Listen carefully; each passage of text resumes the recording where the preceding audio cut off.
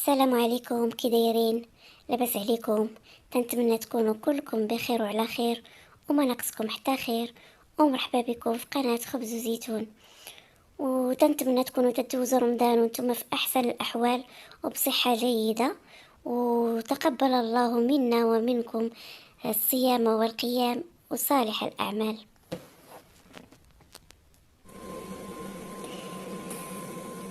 الوصفه ديالنا ديال اليوم ان شاء الله غادي نحتاجوا فيها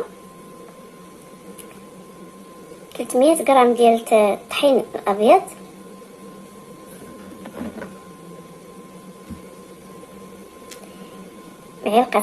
راس معلقه صغيره ديال الخميره، ما تكونش خميره كثيره، غير شويه. انا هاد المعلقه وغادي ما غاديش نكملها كامله.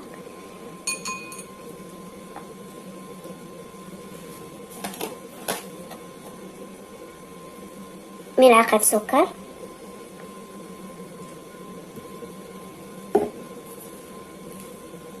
قبصه ملح،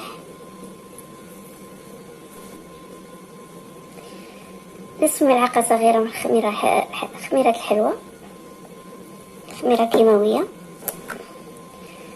شويه ديال الزبده،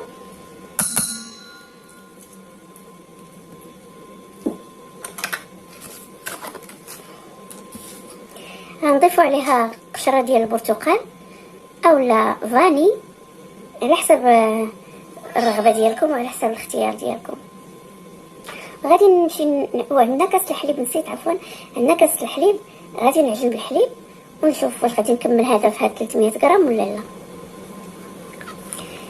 العجينه ديالنا ها هي من بعد ما تعجنات هكا تيكون القوام ديالها. غادي نحطوها ونخليوها هنايا ونغطيها حتى تسالح واحد شويه ومن بعد نشكلوها.